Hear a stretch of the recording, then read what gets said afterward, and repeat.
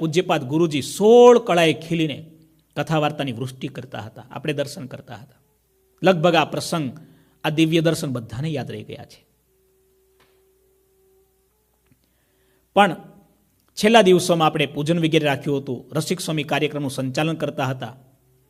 અમે સંતો નીચે બેઠા હતા. દાદા, મેં જોયું પૂજ્યપાદ ગુરુજીને ઘડીક વાર સોફા પર બેસવાનું, ઘડીક વાર ઊભું થવાનું, ઘડીક વાર નીચે આવવાનું, ઘડીક વાર પાછું ઉપર આવવાનું, ઘડીક વાર સોફો વચ્ચે લઈ જવાનો. થોડી વારમાં એ પૂજન દરમિયાન 6 વખત ગુરુજીને ઊભા થવાનું, બેસી જવાનું, આ બાજુ આવવાનું, આ બાજુ આવવાનું. 6 વખત. કેટલી વખત? વાલા ભક્તો, આપણે જેને અતિ મોટા જાણીએ છીએ ને, એ મોટા પુરુષ અતિ સરળ થઈને વર્તે છે ને, એને આપણે પ્રત્યક્ષ દર્શન કર્યા. આપણને 4 વાર કોઈ કહે ને, દાદા આ ખુરચી પર બેસો ને, થોડી વાર પછી દાદા ત્યાંથી ઉભા આ બાજુ આવો. 3-4 વાર થાય ને એટલે આપણો મગજ પછી જાય કે ના જાય? ભાઈ સીધું કહી દો ને કઈ ખુરચી પર બેસવાનું છે. પ્રોબ્લેમ આટલો જ છે ને, બીજું શું પ્રોબ્લેમ છે? પૂજ્યપાદ ગુરુજીના જીવનમાં સરળતાના એટલા બધા દર્શન અમે સંતોએ કર્યા છે. જમવા આવી ગયા હોય દાદા ઉપર, ગુરુજીને ભૂખ લાગી હોય, સ્નાન કરી હસતા હસતા ખુરચી પર બેસી જાય, માનસી પૂજા કરી લે. એટલે સંતો આવીને હાથ જોડે, ગુરુજી આજે છે ને હજી થાળમાં મોડું થયું છે, અડધો કલાક. કઈ વાંધો નહીં. હા, ઊભા થઈને સીધા અંદર રૂમમાં જતા ફોન પર વિચાર તો કરો દાદા.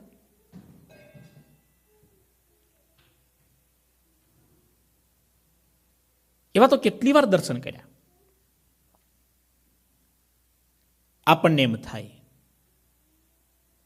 આવી સરળતા આપણામાં જો આવી જાય ને, એક નાનું સૂત્ર લખવા જેવું છે. આ નાની વાત યાદ રાખવા જેવી છે. જેટલા તમે કથા સાંભળો છો ને, જીવનનો સૌથી મોટો સંદેશ છે. સૌથી મોટો સંદેશ. તમે સરળ બની જાઓ તો તમારા બધા કામ આપોઆપ સરળ બની જશે, ઈજી બની જશે. તમે ઈજી બની જાઓ, તમારા બધા જ કામ ઈજી બની જશે. તમને કશું અઘરું જ નહીં લાગે, ડિફિકલ્ટ નહીં લાગે, ઇમ્પોસિબલ નહીં લાગે. આપણને અઘરું એટલે લાગે છે કે આપણે અઘરા છીએ. સમજાણી વાત?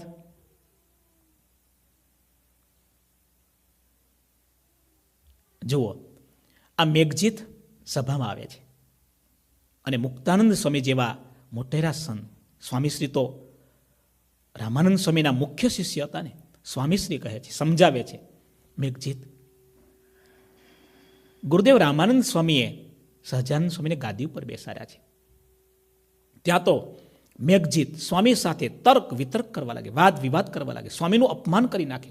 એની સાથે 50-100 એના શિષ્યો હતા, બધા એને માનનારા. સ્વામીશ્રીનું ભરી સભામાં અપમાન કર્યું, ગમે તેમ બોલી નાખ્યું. ભગવાન સ્વામિનારાયણ પણ ગાદી ઉપર બેઠા છે, શાંત હતા. પણ ભગવાનનો એક સ્વભાવ છે, ભગવાનનો કોઈ અપરાધ કરે ને એને ભગવાન માફ કરે છે, પણ ભગવાનના સંતનો જો કોઈ અપરાધ કરે ને એને ક્યારેય માફ નથી કરતા. ફરીવાર તમને બધાને નાની વિનંતી કરું છું, ભગવાનના નાનામાં નાના સંત કે નાનામાં નાના ભક્ત એનો અપરાધ ન થાય, આવી ભગવાનને રોજ પ્રાર્થના કરજો, રોજ પ્રાર્થના કરજો. હે મહારાજ, તમારા કોઈ પણ સંત કે ભક્ત એનો મારાથી ક્યારેય અપરાધ ન થાય, આટલી દયા કરજો બસ. અહંકાર સૌથી મોટું પાપ કરાવે છે. સંત ભક્તના અવગુણ દેખાડે છે અને અવગુણ દેખાડ્યા પછી એનો દ્રોહ કરાવે છે. અને દ્રોહ કરાવ્યા પછી કરોડો જન્મ એના બગડી જાય છે, કરોડો જન્મ. વચનામૃત ગઢપુર અંત્યનું 12મું ખોલીને વાંચજો. અંત્યનું 12મું મહારાજ કહે છે, એવી રીતે ભગવાનનો અવગુણ લે છે, અપરાધ કરે છે. ભગવાન સંત ભક્તોનો અવગુણ લઈને અપરાધ કરે એને તો મોટા ઝાડનો જન્મ મળે છે, કા મોટા પર્વતનો દેહ આવે છે, અને હજારો કરોડો જન્મ સુધી એ દેહની અંદર રહીને અનેક પ્રકારના દુઃખને ભોગવે છે. આવું દુઃખ ન ભોગવવું હોય, આ મેઘજીતની કથા સાંભળો. મુક્તાનંદ સ્વામીનો અપરાધ કર્યો શ્રીજી મહારાજ ને ગમ્યું નહીં. મહારાજે સ્પષ્ટ શબ્દોમાં કહી દીધું, અરે મેઘજીત, શ્રીમદ સત્સંગી જીવન 2ય પ્રકરણ 4th અધ્યાયમાં વિસ્તારથી કથા છે, મહારાજના પ્રસાદીના શબ્દો છે. અરે મેઘજીત, મોટા મોટા દેવોને પણ પૂજનીય એવા આવા બ્રહ્મનિષ્ઠ સંતો એનો તું અપરાધ કરે છે. અને તારી જાતને તું એક સમાધિનિષ્ઠ, એક સિદ્ધ માને છે, ગુરુદેવ રામાનંદ સ્વામીનો પટ્ટ શિષ્ય માને છે. તારા અભિમાનને તો અમે થોડી વારમાં ઉતારી શકીએ છીએ, મહારાજ કહે છે.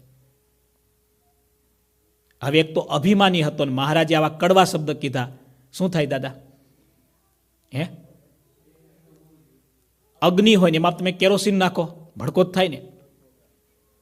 અને મેઘજીત પછી તો ગમે તેમ બોલવા લાગ્યો. ત્યારે ભગવાન શ્રીએ કહ્યું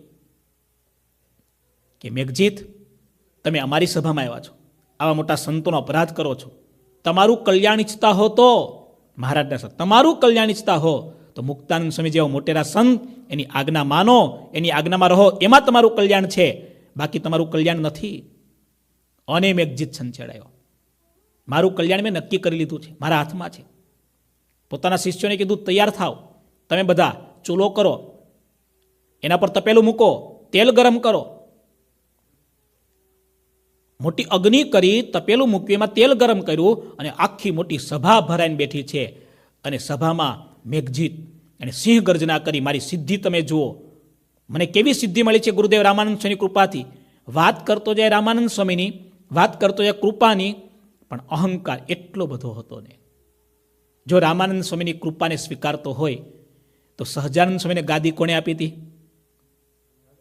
સહજાનંદ સ્વામીની આજ્ઞામાં રહેવાનું કોણે કહ્યું હતું? આપણે લગભગ ભગવાન અને મોટા પુરુષ એનો ઉપયોગ કાં ઢાળ તરીકે કરીએ છીએ, કાં શસ્ત્ર તરીકે. કોઈ સામેવાળો આપણા ઉપર પ્રહાર કરે તો મોટા પુરુષને વચ્ચે લાવી દે. મને તો મોટાએ કીધું એટલે મેં કર્યું. લો, કર્યું હોય રાગે કરીને, પણ કોને વચ્ચે ધરી દઈએ? અને કાં કોઈને ઉપર સામેવાળા ઉપર પ્રહાર કરવો હોય તો કોનો ઉપયોગ કરીએ? ઘણા લોકો તલવાર તરીકે ભગવાન, મોટા પુરુષ, શાસ્ત્રોના શબ્દોનો ઉપયોગ કરે, અને ઘણા લોકો ઢાલ તરીકે કરે. ડાયો માણસ એ જ છે, ભગવાન, મોટા પુરુષ, શાસ્ત્રોના શબ્દ પોતાના કલ્યાણ માટે વાપરે. કેના માટે? બસ વાલા ભક્તો, દુનિયા આપણને શું આપી દેશે? શ્રીજી મહારાજ તો બોલતા જ નહોતા, પણ મુક્તાનંદ સ્વામીનો અપરાધ કર્યો ને એટલે મહારાજથી રહેવાનું નહીં. અને મહારાજે રોક્યો, ટોક્યો. એક તો અભિમાની, છંછેડાયો, તેલ ગરમ કર્યું. તેલ ગરમ કરી અને કંઈ મારી સિદ્ધિ જુઓ. તેલ ઉકળતા તેલમાં એણે હાથ નાખ્યો. ભળભળતું ઉકળતું તેલમાં હાથ નાખી દીધો. બધા જોઈ રહ્યા. શ્રીજી મહારાજ ઐશ્વર્ય ખેંચી લીધું હતું. આખો હાથ ફરફોલા થઈ ગયા, દાઝી ગયો. પણ એટલો બધો અભિમાની દાદા, આટલી પીડા થઈ, આટલો દાઝ્યો, બરાબર સિદ્ધિ એની જતી રહી તો એને ભાન ન પડ્યું. અને બધાને હાથ દેખાડી કહેવા લાગ્યો, જોઈ મારી સિદ્ધિ. એને માનનારા હતા તાળીઓ પાડવા લાગ્યા. સંતો ભક્તોએ વિચાર થયો, આ કઈ સિદ્ધિ કહેવાય દાદા? આને સિદ્ધિ કહેવાય? આવી સિદ્ધિ તો કેટલા લોકો લઈને ફરતા હોય છે, આનાથી કોનું કલ્યાણ થવાનું? સંતો ભક્તોને ઉલટાનો એનો અભાવ આવ્યો. એને માનનારા તાળીઓ પાડતા રહ્યા. પણ મેઘજીત ઘવાયો હતો બરાબરનો. એણે એ જ સભામાં જાહેરાત કરી, આજથી ચોથા દિવસે, ચોથા મુહૂર્તમાં હું પદ્માસન લગાવી છતે દેહે હું સિદ્ધ દશાને પામીશ, અને આ શરીરમાંથી મારા પ્રાણને છોડી અને ભગવાનના ધામમાં પહોંચી જઈશ. તમે બધા મારું ઐશ્વર્ય જોજો. શ્રીજી મહારાજે હસતા હસતા કહ્યું, મેઘજીત, તને જીવાડવો કે મારવો એ અમારા હાથમાં છે. તું જો સાચો સિદ્ધ છે અને તારા શરીરને તું સ્વતંત્ર રીતે છોડી શકીશ તો અમે બધા તારા શિષ્ય બની જશું. અને તું જો તારા પ્રાણને શરીરમાંથી કાઢી ન શકે તો તારે અમારા શિષ્ય થવું. મેઘજીત કે થઈશ, પણ તમે જોઈ લેજો મારી સિદ્ધિને. આખા ગામની અંદર મેઘજીતની વાતો થવા લાગી. હા, આનું નામ અક્કડપણું દાદા. પોતાનું ઐશ્વર્ય બતાવવા માટે મરવા તૈયાર થયો. બોલો, અભિમાન માટે હું ઘણીવાર કહું છું ને, અભિમાનનો અર્થ જ થાય એ મરી શકે, મૂકી ન શકે. આનું નામ અક્કડપણું. મગર, મૂરખ અને મકોડો, આ ત્રણને પકડતા જ આવડે, છોડતા ન આવડે. ટુકડા થઈ જાય, છોડી ન શકે. વાલા ભક્તો, કથા એવી છે. ચોથા દિવસે, ચોથા મુહૂર્તમાં આખા ગામને ભેગું કર્યું છે. સમાધિ લગાવી, પ્રાણ વાયુને હાથમાંથી ખેંચી લીધો, હાથ ખાલી કરી નાખ્યા. પગમાંથી પ્રાણવાયુ ખેંચી લીધો, એક એક અંગને ખોટા કરતો જાય, નાડી પ્રાણ તોડતો જાય, એનું ઐશ્વર્ય ગામના લોકો જોવે છે. કાં તો ગજબ કહેવાય. જે જે કાર થવા લાગ્યો, તાળીઓ પડવા લાગી. બહુ તાળી પડતી હોય, બહુ જાજા માણસો ભેગા થયા હોય, બહુ જાકમજોળ હોય, એનાથી અંજાઈને એ ભગવાનનો ભક્ત નથી. ભગવાનનો ભક્ત તો એ છે જ્યાં આત્મકલ્યાણ દેખાય ને ત્યાં જ એનું મસ્તક ઝૂકે. બસ પરમાત્માના ચરણમાં, સદગુરુના ચરણમાં જેનું મસ્તક ઝૂકે એ ભગવાનનો ભક્ત છે. ગુણાત્યાનંદ સ્વામીની વાત યાદ રાખો.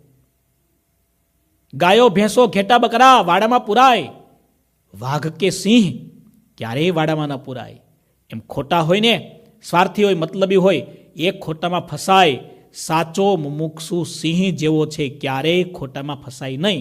અને ફસાયો છે તો ક્યારે સાચો છે નહીં. ટૂંકું ટચ આટલું જ છે. મેઘજીત એક એક અંગમાંથી પ્રાણવાયુ ખેંચી ખેંચી બ્રહ્મરંધ્રમાં લાવે. હવે બ્રહ્મરંધ્રમાંથી પ્રાણને બહાર કાઢવાની મહેનત કરે છે, પણ આખું શરીર છિન્ન ભિન્ન કરી નાખ્યું છે. આંખમાં પ્રાણ છે, આંખના ડોળા હલે છે, જીવને કાઢી નથી શકતો, તરફડે છે, ત્રિશંકુ જેવી દશા થઈ છે. એવો તડફ